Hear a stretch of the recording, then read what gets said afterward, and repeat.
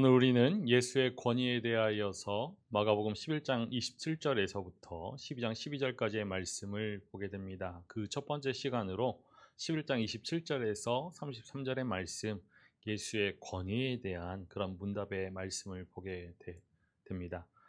마가복음 11장 27절에서 12장 12절까지의 말씀은 권위를 두고서 예수님과 종교 지도자들, 대제사장들과 서기관들 그리고 장로들 이들 사이에 벌어진 논쟁을 다루고 있죠.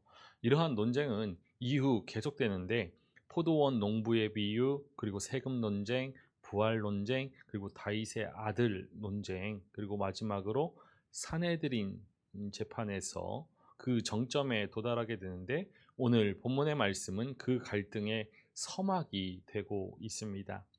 진행되는 일련의 논쟁들은 예수님과 그 성전의 권력자들, 종교 지도자들 사이의 불화가 점점 더 심해짐을 보여주고 있죠. 성전 소란 행위 이후에 처음에는 예수님을 살해할 모임안을 가지던 대제사장들과 서기관들이 며칠 후에는 직접 예수님께 나와서 도전적인 질문을 시작합니다. 그리고 그 후에 예수님은 비유로 그들이 가지고 있는 사악한 그런 계획들을 폭로하시고 그들은 바리새인과 헤롯 당과 연합하여서 세금 납부에 관한 입장을 밝히라면서 예수님을 책잡으려고 하고 있죠. 이후에 사두개인 역시 이 논쟁의 참여자로 등장하게 됩니다. 예수님 역시 서기관들의 이러한 외식과 불의를 정면으로 비난했을 뿐만 아니라 그의 적대자들의 중심 무대였던 성전, 이 성전 자체의 멸망을 예언하시죠. 결국 예수님과 종교 권력자들과의 그러한 갈등은 당시 유대 사이의 법적 최고 기관이었던 산헤드린이 개입하여서 예수님을 향해서 사형 판결을 내리면서 파국으로 치닫게 됩니다.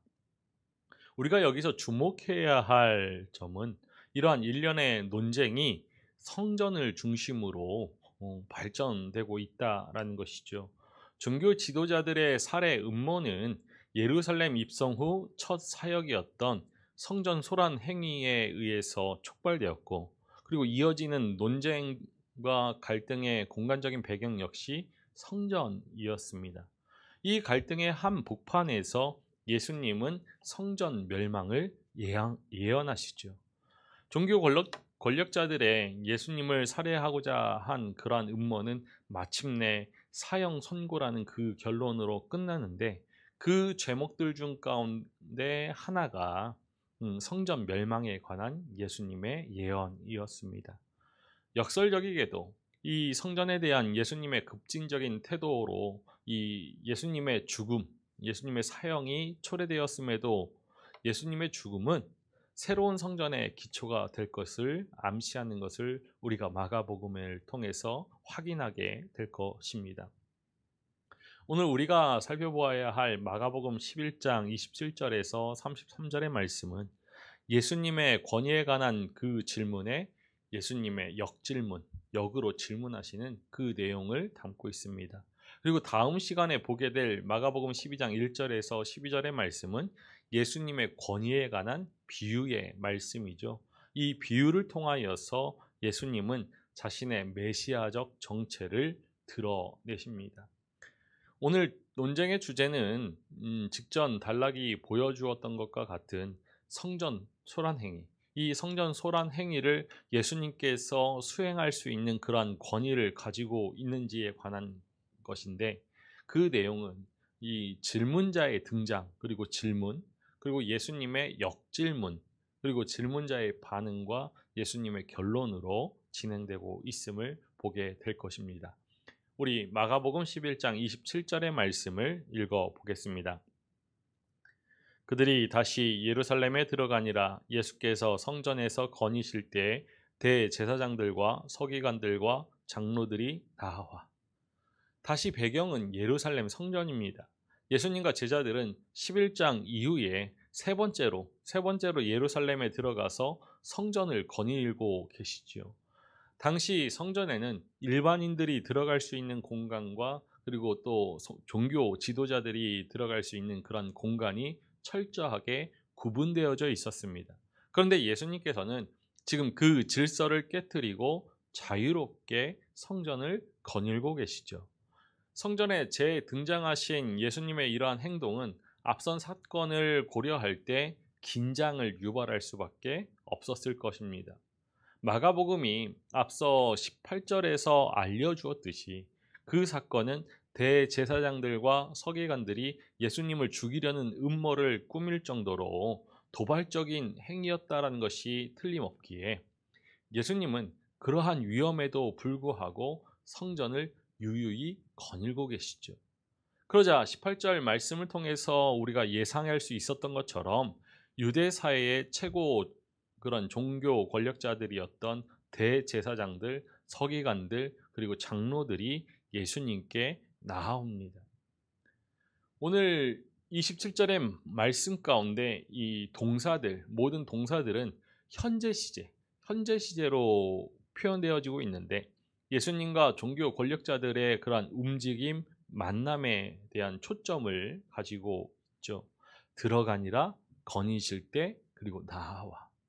특히 대제사장과 서기관 그리고 장로들은 유대 사이의 최고 권력기구인 공의회였던 사내들인의 주된 대표로서 이들이 모였다라는 것은 그런 예루살렘 입성 이후에 예수님께서 취하신 그런 여러 행동들이 그들이 심각하게 받아들일 만한 행동이었음을 확증해 주고 있습니다. 이들을 자극시켰을 일들은 이어지는 28절 말씀에서 근거리 지시대명사인 이런 일들, 이 같은 일들로 표현되고 있죠. 우리 마가복음 11장 28절의 말씀을 읽어보겠습니다. 이르되 무슨 권위로 이런 일을 하느냐? 누가 이런 일을 할 권위를 주었느냐?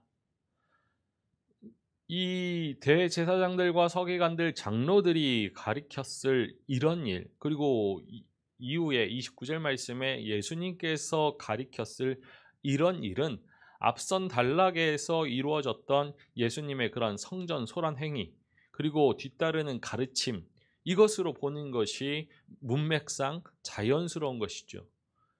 예수님께 다가온 대제사장들, 서기관들, 장로들이 질문을 하는데 그 질문의 의도는 예수님을 고소할 그런 구체적인 명분을 찾기 위함이었을 것입니다. 질문은 두 가지로 보여지죠. 무슨 권위로, 어떠한 권세로 이러한 일을 행하는지 이것과 그리고 누가 이런 일을 할 권위를 주었는지, 누가 당신에게 이것들을 행할 수 있는 이런 권세를 주었는지 이 두 가지 질문으로 보여집니다. 여기서 이런 일은 성전에서 장사하거나 그런 환전하는 행위를 방해한 일, 즉 성전 소란 행위를 가리키는 것이죠. 무슨 권위로 이런 일을 하느냐? 누가 이런 일 할 권위를 주었느냐? 이 두 질문의 본질은 모두 권위로 집약되고 있죠. 즉 예수님께서 성전에서 행하신 것과 같은 그러한 조치, 그러한 가르침은 어떠한 권위를 필요로 하는 일이었는데 예수님은 그것을 무시했다라는 것이죠. 이러한 질문자로 대제사장들, 서기관들이 등장한 것은 예수님께서 성전에서 소란을 일으켰던 그런 행위들, 물건을 뒤엎은 행위, 이것들은 성전 운영권을 가지고 있었던 대제사장들의 그러한 권위에 대한 도전으로, 그리고 또 예수님의 가르침은 성전에서 가르칠 수 있었던 권위를 가지고 있던 그 예루살렘의 서기관들, 이 서기관들의 권위에 위협이 되었음을 암시하고 있습니다. 그래서 이 대제사장들과 서기관들이 이제 예수님을 공격하려고 예수님께 나아온 것이죠. 그들은 성전에서 장사를 하지 못하도록 하신 예수님의 그러한 사역의 정당성을 문제 삼을 수는 없었을 것입니다. 그래서 그들이 그런 일을 할 수 있는 권위가 예수님께 있었는지 질문하면서 시비를 건 것이죠. 그렇다면 예수님의 권위의 근거를 묻는 이들의 질문은 비록 당신이 옳은 일을 하였을지라도 당신에게 그런 일을 할 권위가 없다라는 비판을 담고 있는 것입니다. 그러나 예수님께서 행하신 것과 같은 그러한 성전 소란 행위는 비록 대제사장의 허락이 있었다 할지라도 누구나 행할 수 있는 일은 아니었다라는 것을 우리는 기억해야 합니다. 앞서 우리가 살펴보았던 것처럼 예수의 행동은 성전 정화가 아니라 분명 그 성전 제도 자체를 부정하는 듯한 행동이었고 가르침을 주었기 때문이죠. 그러니까 예루살렘 입성 때 드러난 것처럼 다윗의 나라를 가져오는 이스라엘의 메시아의 권위로 예수님께서 그러한 일들을 행하셨다고 보더라도 이러한 행동은 이 대제사장들, 서기관들이 이해하기 힘들었을 것이 분명합니다. 이스라엘의 메시아에게 기대된 일은 성전 건축과 성전 정화였지 성전 기능의 그런 중지, 멸망, 즉 심판이 아니었기 때문이죠. 성전 기능의 이러한 중지를, 성전 파괴를 의도한 행동과 가르침은 오직 성전 제도를 허락하신 하나님의 권위, 그 권위에 준하는 권세를 가진 자만이 할 수 있는 것입니다. 그러니까 이들의 문제제기, 대제사장과 서기관들의 문제제기는 예수님께서 이 성전을 유지하고 있던 권력자들이었던 그들의 허락 없이 이 같은 행동을 하였다라는 데 맞춰져 있기보다는 예수님께서 성전을 세우신 하나님의 권위를 가진 자처럼 행동하였다라는 데 그 초점이 맞춰져 있다라고 보아야 하는 것이죠. 그러할 때 이 문맥의 의미를 더욱더 잘 이해할 수 있습니다.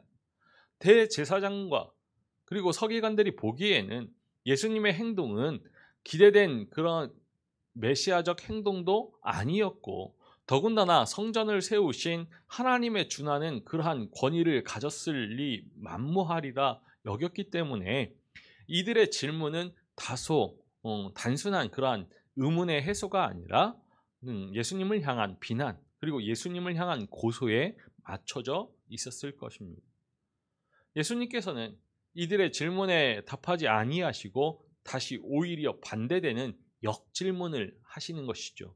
우리 마가복음 11장 29절과 30절의 말씀을 읽어보겠습니다.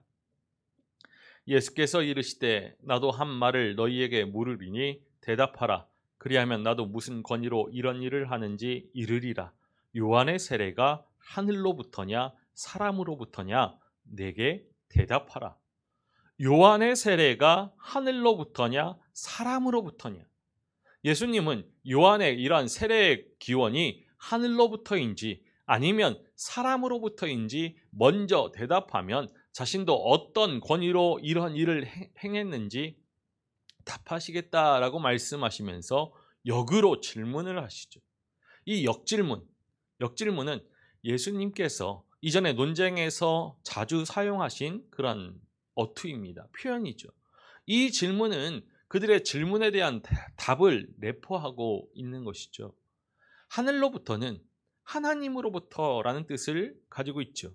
권위에 대한 질문을 받은 예수님께서 왜 요한의 그러한 세례의 기원에 관한 질문을 하시는 것일까요?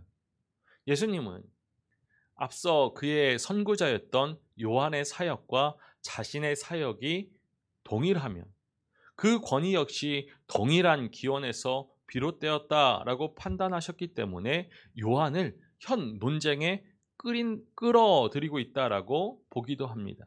그리고 또는 세례 요한이 자기 뒤에 자기보다 강한 자가 올 것이라고 예언했기 때문에 요한의 권위를 인정한다라면은 그보다도 강한 세례 요한보다도 강한 예수님의 권위 역시 인정해야 할 것을 알고서 이와 같이 역질문을 하신 것으로 보기도 하죠. 그러나 예수님의 질문의 요지는 세례 요한이라는 인물에 대한 것이 아니라 세례 요한이 준 그 세례의 기원이라는 것을 우리가 여기서 더욱 중요시해야 합니다. 이것은 예수님께서 성전 소란의 행위와 그에 대한 그런 가르침을 줄 수 있는 권위가 세례 요한의 그 세례의 기원을 둔다라는 말씀을 하시고자 하는 의도가 있었음을 보여주는 것이죠. 요한의 세례가 하늘로부터 왔다라면은 예수님의 그 사역의 권위도 하늘, 즉 하나님으로부터 온 것이죠. 예수님께서 요한에게 세례를 받을 때 하늘로부터 소리가 났고 그 소리의 내용은 너는 내 사랑하는 아들이다 였습니다. 우리 마가복음 1장 11절의 말씀을 읽어보겠습니다. 하늘로부터 소리가 나기를 너는 내 사랑하는 아들이라 내가 너를 기뻐하노라 하시니라. 우리가 이 말씀을 살펴보았듯이 이 소리는 시편 2편과 창세기 22장의 말씀이 어우러진 내용이죠.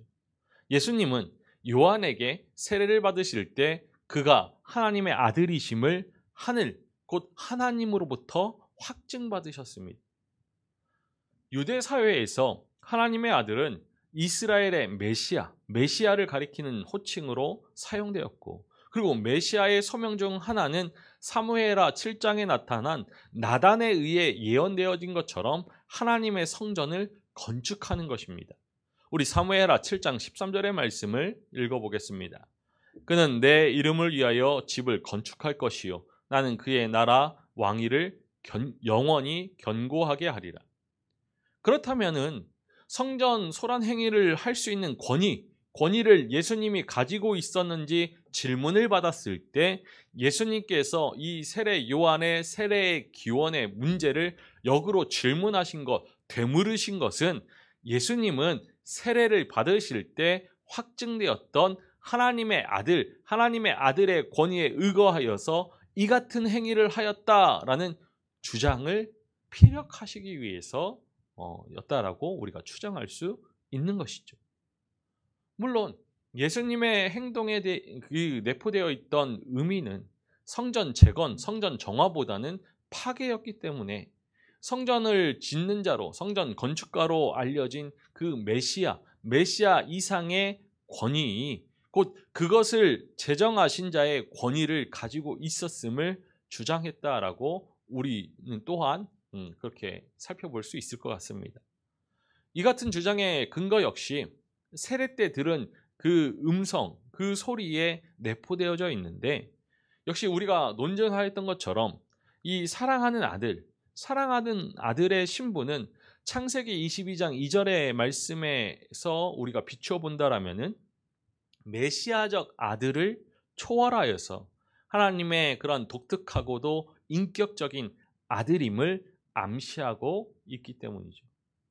따라서 예수님은 이 세례 때 확증된 그 하나님의 신적 아들의 그런 권위에 입각하여서 부패한 성전의 심판을 선언할 수 있음을 증명하려 하신 것입니다. 우리 마가복음 11장 31절과 32절의 말씀을 읽어보겠습니다. 그들이 서로 의논하여 이르되 만일 하늘로부터라 하면 어찌하여 그를 믿지 아니하였느냐 할 것이니 그러면 사람으로부터라 할까 하였으나 모든 사람이 요한을 참 선지자로 여김으로 그들이 백성을 두려워하는지라. 예수님의 역질문은 대제사장들과 서기관들로 자기 검열을 하게 만들죠. 그리고 마가복음은 그 과정을 청자들에게, 이 마가복음의 말씀을 읽는 자들에게 들려주고 있는데, 이 대화 속에 드러난 그들의 내면에는 세례 요한에 대한 불신이 자리 잡고 있고, 또한 그들의 입장 표명 역시 예수님과 그리고 무리들과의 관계에서 정치적인 이해 타산만 고려하고 있음을 여실히 보여주고 있습니다. 그들의 행동을 이끄는 것은 옳고 그른 이 사실이 아니라, 이 진실 여부가 아니라 개인적인 위신, 대중들의 지지였죠. 먼저 그들은 자신들이 세례 요한의 권위가 하늘로부터라고 말했을 경우 예수님께 받을 질책을 염려하고 있습니다. 하늘로부터라고 대답한다라면은 어찌하여 그를 믿지 아니하였느냐라는 지적을 받을 것입니다. 그들 스스로 예상한 예수님의 책망은 세례 요한에 대한 그들의 불신이죠. 세례 요한의 세례가 하나님으로부터 왔다라면은, 하늘로부터 왔다라면은 그들은 세례 요한을 믿었어야 했습니다. 그러나 그들은 세례 요한을 믿지 않았죠. 이것은 자기 모순입니다. 이 맥락에서 세례 요한을 믿는다라는 것은 그 세례 요한의 세례의 신적 기원을 인정하고 세례 요한이 주는 그런 회개의 세례를 받는 것을 의미하기 때문에 결국 세례 요한으로부터 세례를 받고 그 사역을 완성시켜 나아가고 계시는 예수님의 사역 역시 인정할 수밖에 없는 그런 자기 모순에 빠질 수 있다라고 판단했을 것입니다. 이러한 이 대제사장들과 서기관들이 자신이 가질 수밖에 없는 그런 자기 모순을 지적당하면 무리들이 보는 앞에서 창피당하게 될 것이죠. 대제사장들과 서기관들은 이것이 싫은 것입니다. 두려웠던 것이죠. 다른 한편으로 그들이 사람으로부터라고 대답했을 경우 세례 요한의 권위를 인정했을 뿐 아니라 그에게 세례까지 받은 무리로부터 받게 되는 비난을 두려워한 것이죠. 차라리 무리들은 자신들에게 정직하였습니다. 대제사장들과 서기관들이 말하고 있듯이 무리들은 세례 요한을 참 선지자로 인정했고 또한 그들이 옳다고 믿는 그 신념에 따라서 세례를 받고자 당당하게 공개적으로 세례 요한에게 나아갔기 때문이죠.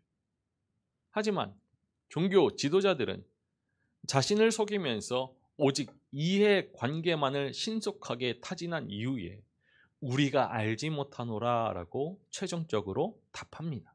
우리 마가복음 11장 33절 상반절의 말씀만 읽어보겠습니다.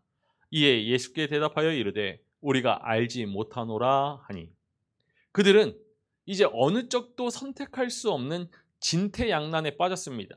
결국 그들이 이 진퇴양난에 빠져나올 수 있는 진퇴양난에서 빠져나올 수 있는 그런 퇴로는 우리가 알지 못하노라라는 대답이었죠. 이 대답은 이러한 진퇴양난을 빠져나오는 피하는 그런 퇴로였지만 역시 치명적인 명예의 손상을 입게 되는 답변이었습니다.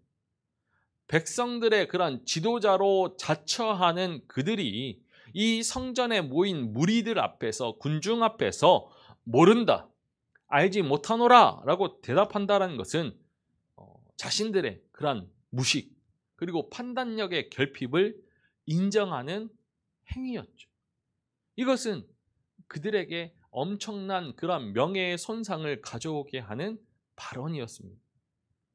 이 대제사장들과 서기관들은 그리고 장로들은 예수님의 성전 소란 행위를 자기들이 인정하지 않았음을 무리에게 알리고 또 예수님께서 그러한 행위를 할 수 있는 권위를 가지지 않았다라고 지적하고자 예수님께 권위에 대해서 질문하였을 것입니다.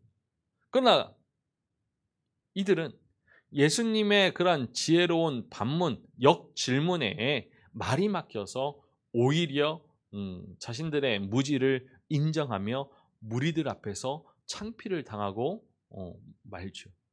앞서 그들끼리 나눈 은밀한 대화는 이 자신들의 답변 이면에 무지가 아니라 세례 요한에 대한 불신 그리고 무리에 대한 두려움이 있었다라는 것을 들추어내고 있는 것입니다. 이렇게 대제사장들과 서기관들이 대답하기를 거부하자 예수님 역시 성전 소란 행위를 할 수 있는 그 권위의 기원에 대한 이 질문에 답하시기를 거부하시죠. 우리 마가복음 11장 33절 하반절의 말씀을 읽어보겠습니다. 예수께서 이르시되 나도 무슨 권위로 이런 일을 하는지 너희에게 이르지 아니하리라 하시니라. 결과적으로 성전 소란 행위 이후에 예수님을 살해할 그런 명분을 얻으려는 이들의 시도는 좌절되죠. 예수님께서 자신에게 요청된 그러한 질문에 답을 주시기를 거부하시는 것, 이것은 꽤 이례적인 일인데 오늘 본문을 제외하고는 마가복음 전체를 통틀어서 예수님은 어떤 의도였던지 간에 대부분의 그러한 질문에 어떤 식으로든지 답을 주시기 때문입니다. 이런 이례적인 태도는 성전 소란 행위를 할 수 있었던 그런 예수님의 권위의 실체를 밝히는 일이 예수님의 운명에 미칠 그러한 파급 효과가 어떠할지 충분히 짐작하셨기 때문일 것입니다. 예루살렘에 가면은 종교 권력자들에 의하여서 자신이 겪을 비극, 순환, 고난을 이미 알고 있었고 예견하셨던 것이 사실이죠. 세 차례나 순환에 대해서 제자들에게 예고해 주셨습니다. 하지만 그렇다고 하여서 예수님을 적대하는 이 적대자들을 의도적으로 자극하지는 않으시죠. 예수님의 소명에 따라 말씀하시고 행하는 데 있어서는 결코 주저함이 없었습니다. 그러나 적대자들을 자극하지는 않으시죠. 이러한 은닉, 메시아적 은닉은 때가 되어서 사로잡히신 후에는 완전히 사라지고 예수님은 자신을 명백하게 드러내신 결과로 찾아오는 고난을 받아들이십니다. 이것이 우리가 앞으로 살펴볼 마가복음의 말씀이죠. 어쨌든 예수님의 대답의 거부로 당분간 성전에서 가르침을 줄 수 있는 기회, 논쟁할 수 있는 기회가 계속적으로 확보되게 되었습니다. 우리가 이제 그러한 논쟁을 살펴보게 될 것이죠. 나귀 새끼를 타고 예루살렘 성에 입성하신 다윗의 자손 메시아 예수 그리스도는 무화과 나무 저주를 통하여서 강도의 소굴이 되어버린 성전을 향하여서 멸망을 예언하셨습니다. 그리고 이 성전 소란 행위를 본 종교 지도자들은 성전을 거니시고 계신 예수님께 나와서 무슨 권위로 이런 일을 행하는지 묻지요. 그러나 예수님의 역질문에 우리가 알지 못하노라 답변하면서 자신들의 무지 그리고 그 이면에 담긴 세례 요한에 대한 불신과 무리에 대한 두려움을 드러내고 말았습니다. 예수님은 예루살렘에 입성하여서 자신이 걸어갈 그 길에 놓여져 있는 순환, 고난, 이 고난의 길을 짐작하시면서도 그 길을 묵묵히 걸어가십니다. 이 땅에 하나님의 아들로 오신 예수 그리스도는 하나님으로부터 받으신 그 권위로 그 길을 묵묵히 걸어가시죠. 새 출애굽의 메시아 예수 그리스도께서 모든 권위를 내려놓고서 십자가에 오르셔서 구원의 은총을 우리로 하여금 누리게 하셨습니다. 하나님의 아들, 하나님의 자녀가 되게 하셨죠. 이것이 메시아적 행보, 고난의 길, 십자가의 길을 통하여서 우리가 얻게 된 구원의 은총입니다. 새 출애굽의 은총을 힘입어서 살아가는 하나님의 자녀라면은 그의 능력을 힘입어서 그리스도의 그 권위를 힘입어서 성전의 삶을 살아가야 함이 마땅하죠. 그리스도의 능력으로 사랑하고 그리스도를 힘입어서 섬기고 그리스도의 마음으로 봉사하면서 하나님께서 거하시는 성전의 삶을 살아가는 것이 마땅할 것입니다. 모든 권세와 능력과 존귀와 찬양을 받으시기에 합당하신 새 출애굽의 메시아 예수 그리스도를 힘입어서 강도의 소굴이 아니라 참 성전의 삶을 살아가야지. 오늘 우리에게 주신 이 말씀을 보면서 대제사장들과 서기관들 그리고 장로들 이 종교 지도자들의 모습이 아니라 예수님 하나님의 아들의 권위로 마땅히 걸어가야 할 길을 걸어가시면서 우리를 위하여 십자가를 짊어지신 예수 그리스도의 편에 서서 예수 그리스도를 본받는 우리가 되어야 할 것입니다. 새 성전의 메시아 예수 그리스도를 본받아서 우리 또한 성전다움을 회복하고 이 땅에서 그의 능력을 힘입어 마땅히 보여야 할 사랑의 삶을, 봉사, 섬김의 삶을, 감사의 삶을 살아감을 통해서 우리가 새 출애굽의 백성임을, 하나님의 자녀임을 나타내야 할 것입니다. 이 믿음의 삶을 온전히 살아감을 통하여서 우리가 하나님의 자녀가 되는 권세를 받았음을 증명할 수 있는, 세상에 증거할 수 있는 우리 모두이기를 주님의 이름으로 간절히 축원합니다. 함께 기도하시겠습니다. 살아계셔서 찬양 받으시기에 합당하신 아버지 하나님, 예루살렘 성에 입성하셔서 성전을 깨끗이 하시고 이 성전이 멸망할 것임을 예언하신 예수님에게 나아온 종교 지도자들에게 자신의 권위를 말씀하시는 마가복음의 말씀을 오늘 보게 됩니다. 하나님의 아들로서 새 출애굽을 일으키실 메시아이심을 나타내는 이 말씀을 통하여서 우리가 믿음의 삶을 어떻게 살아가야 할지 다시 한번 새겨봅니다. 새 성전의 메시아 예수 그리스도를 따라서 그 길에 놓여있는 순환과 고난을 두려워하는 것이 아니라 마땅히 하나님의 자녀로서 살아가야 할 그 삶임을 고백하고 하나님의 아들다운 그런 모습으로, 하나님의 자녀다운 모습으로 고난도 그리스도의 능력을 힘입어서 힘써 감당할 수 있는 우리 되게 하여 주옵소서. 그리하여서 새 성전의 삶을, 하나님께서 거하시는 그 성전의 삶을 살아갈 수 있도록 날마다 우리에게 능력을 더하여 주옵소서. 그리스도의 마음으로 섬기게 하시고 그리스도의 섬김으로 봉사하게 하시고 그리스도의 능력을 힘입어서 사랑함을 통하여서 우리의 삶 속에서 성전의 삶을, 하나님 나라의 삶을 살아갈 수 있도록 우리와 함께하여 주옵소서. 감사를 드리며 우리 주 예수 그리스도의 이름으로 기도하옵나이다. 아멘.